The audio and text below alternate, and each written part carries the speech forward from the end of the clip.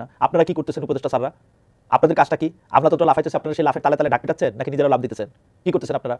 এই আদর্শের দ্বন্দ্বের মধ্যে রয়েছে ফেসিবাদের বীজ। আমার মত, আমার পথই সেরা, শুধু আমি ঠিক, বাকি সবাই ভুল।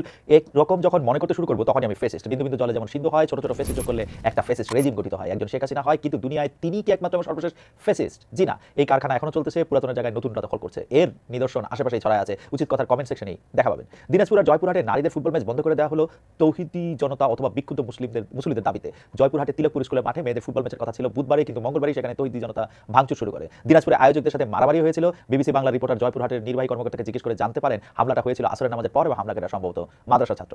কয়েক মাস আগে অভিনেত্রী মেহজাবিন চট্টগ্রামে শোরুম উদ্বোধন করতে গিয়ে তৌহিদি জনতার হামলার মুখে পড়েন।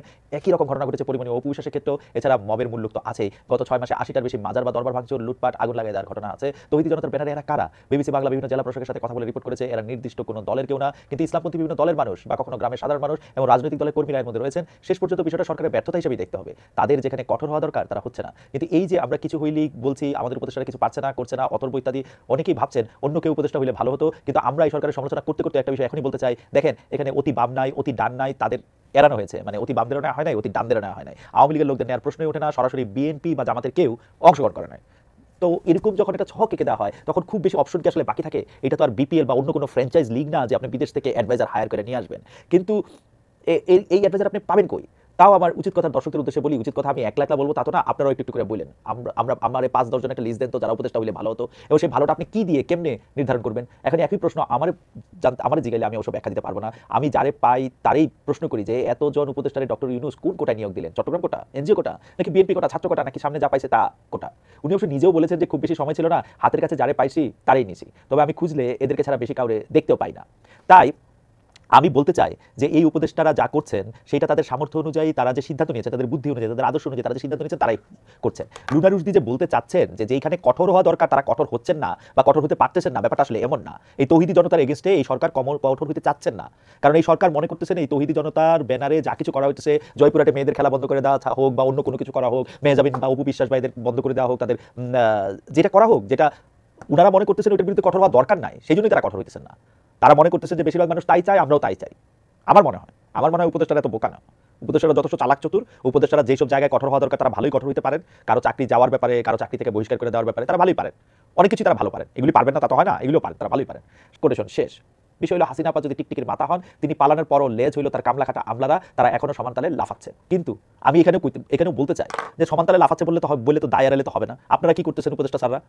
আপনাদের কাজটা কি? আমরা তো লাফাইতেছি, আপনারা সেই লাফের তালে তালে ডাক পিটাচ্ছেন নাকি নিজেরা লাফ দিতেছেন? কি করতেছেন আপনারা?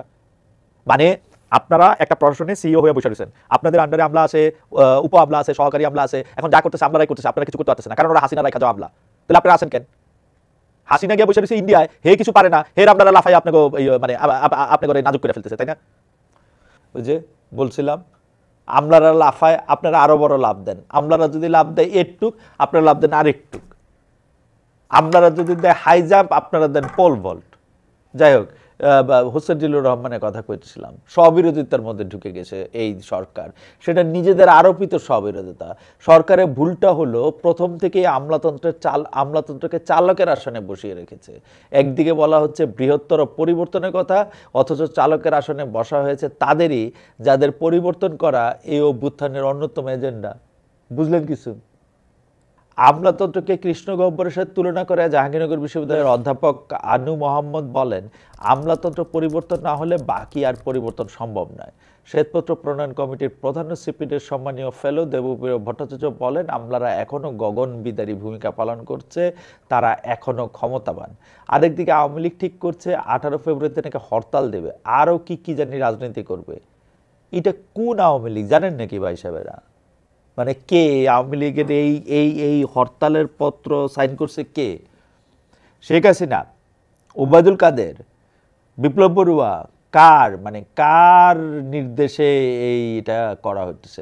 আমার তো একটা হান্স বলে 2 দিন পরে আরেকটা আওয়ামী লীগ এসে বলবে এই যে আওয়ামী লীগ এটা সাইন করছে, হরতালের কথা বলছে, এটা আসলে আওয়ামী লীগ না, কারণ আমরা এই হরতালে এগুলি সমর্থন করি না, আমাদের থেকে এগুলি কোনো কিছু বলা হয় নাই। আমরা কেমনে বুঝবো? আওয়ামী লীগের আওয়াজ তো আমরা চোরা গোপ্তা টেলিফোন হ্যান ত্যান, ওইটা ফাঁস সেইটা রাস, এর মধ্যে ছাড়া আমরা তার শুনি না। এই এই এই এই এই এই চিঠি, এইটা এইসব এই গায়েবী আওয়াজগুলি আসে কোত্থেকে? নাকি গায়েবী আওয়াজ না, এটা জেনুইনই ওবায়দুল কাদের কইছে, নাকি ওবায়দুল কাদের কোনো একটা তাকিয়া বা কোনো একটা খাটিয়া থেকে কইছে নিশ্চয়ই, নাকি শেখ হাসিনা নিজেই সিদ্ধান্ত দিতেছে? ইন্টারেস্টিং।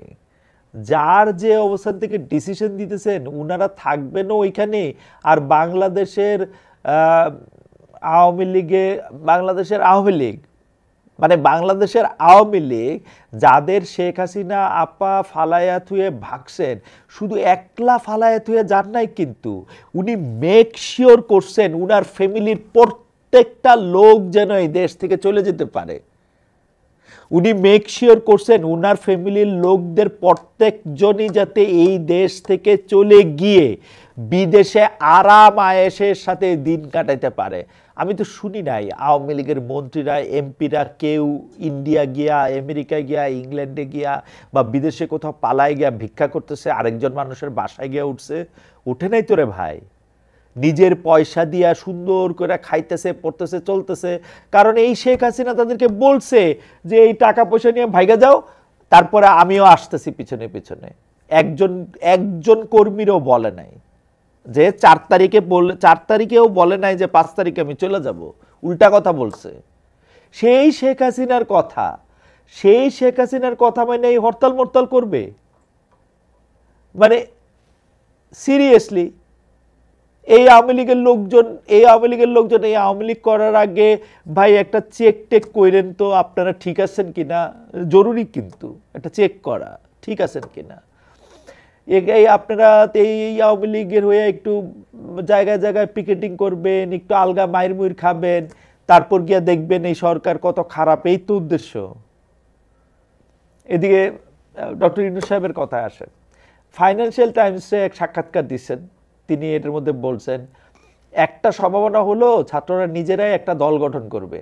শুরুতে যখন তারা উপদেষ্টা পরিষদ গঠন করছে তখন আমি 3 জন ছাত্রকে আমার উপদেষ্টা পরিষদে নিয়েছিলাম। আমি বলেছিলাম যদি তারা দেশকে প্রাণ দিতে পারে তাহলে তারা উপদেষ্টা পরিষদে বসতে পারে এবং প্রাণ দেওয়ার জন্য কি করেছে সেই বিষয়ে তারা সিদ্ধান্ত নিতে পারে। তারা ভালো কাজ করছে। এ নাকি আপনার একটু টুইস্ট দেখেন, নাকি একটু আলগা দেখেন, নাকি ঠিকই দেখেন?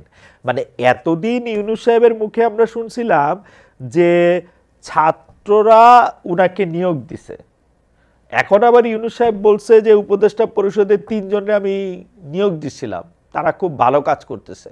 আমি সেই কথাই যাইতেছি না যে 3 জনে তিনি নিয়োগ দিছে, একজনে উনি দপ্তরই দেন নাই, উনাকে উপদেষ্টা বলা হইতেছে। উনি কারে উপদেশ দেন? উনি কি ডক্টর ইউনূসকে উপদেশ দেন যে ভাই এমনি চলেন, স্যার এমনি চলেন, অমনে চলেন, এটা করেন, এটা করেন না? কি ঘটনাটা কি? বাকি 2 জন উপদেষ্টা জনাব নাহিদ, জনাব আসিফ, তারা তাদের কাজ করতেছেন। তাদের কাজের মূল্যায়ন আমি আজকে করতে বসি নাই, কিন্তু জানা গেল ডক্টর ইউনূস সাহেব এই 3 জনের নিয়োগ দিয়েছেন, তারা ভালো কাজ করতেছেন। তার মতে ছাত্রদেরকে পুরা জাতি চেনে এবং তারা দল গঠন করলে মানুষ তাদের ভোট দেবে। ভালো কথা। ডক্টর ইউনূসের এই যুক্তিকে আমি কি বলবো, এটা তো আসলে ঠিক বেঠিকের বাইনারি না। তো যদিও আপনাদের জন্য আমি কইতেছি যে এই যুক্তিটা আমি ঠিক মনে করি না। কারণ সাধারণ মানুষ ভোট দেয় দলের মার্কা দেখে, নির্দিষ্ট এলাকায় ক্যান্ডিডেট দেখে। রাজনীতিতেও সংস্কার লাগবে, আর তা সাধারণ মানুষকে নিয়েই করতে হবে। সেই সংস্কারের বদলে বর্তমান রাজনৈতিক দলগুলি আদলেই যদি রাজনীতি করা হয় তা আমাদের আসলে কোথাও পৌঁছে দেবে না। তাহলে ছাত্ররা হয় একবার বিএনপির সাথে, মানে ছাত্রদের কি করার আছে, তারা হয়তো বিএনপির সাথে বোঝাপড়া কইরা একটু বইসা 2টা 3টা 4টা 5টা বা যে কয়টা হোক সিটের একটা মানে একটা বোঝাপড়া কইরা যে কয়টা সিট আমাদেরকে দেন করে নিতে পারে, অথবা আরেকবার জামাতের সাথে বোঝাপড়া করে এটা নিতে পারে। কেন আমি এটা বলতেছি যে দেখেন ওই প্রচলিত ধারা রাজনীতি, যে রাজনীতিটার বাইরে আসার জন্য নাকি নতুন রাজনৈতিক বন্দোবস্তের কথা নাকি বলা হয়েছিল, মিন করা হয়েছিল সেইটার মধ্যে কিন্তু নাই। ওই একই ধরনের রাজনীতির ঘূর্ণাবর্তে ঘূর্ণিচক্রে ঘূর্ণপাকে ঘূর্ণিই খাইতেছে কিন্তু এরা কিন্তু এদের পরিবারের সদস্যদের দিয়ে বিভিন্ন জায়গায় গিয়ে বলতেছে আমারে যদি মানে আমরা যদি রাজনৈতিকভাবে নির্বাচিত হয়ে আসি আমরা এটা করব, আমরা এটা করব, আমাদেরকে ভোট দিলে আমরা এই হব সেই হব, আমাদেরকে চাঁদা দিলে আমরা এই করব সেই করব, আমাদেরকে চাঁদা গাড়ি আমাদের এই এই সুবিধা আমাদের এই এই কারণে লাগবে। একই চক্র কিন্তু একটু ছোট স্কেলে, একদমই ছোট স্কেলে, তা মানে একই চক্র কিন্তু। হাওয়েভার এদিকে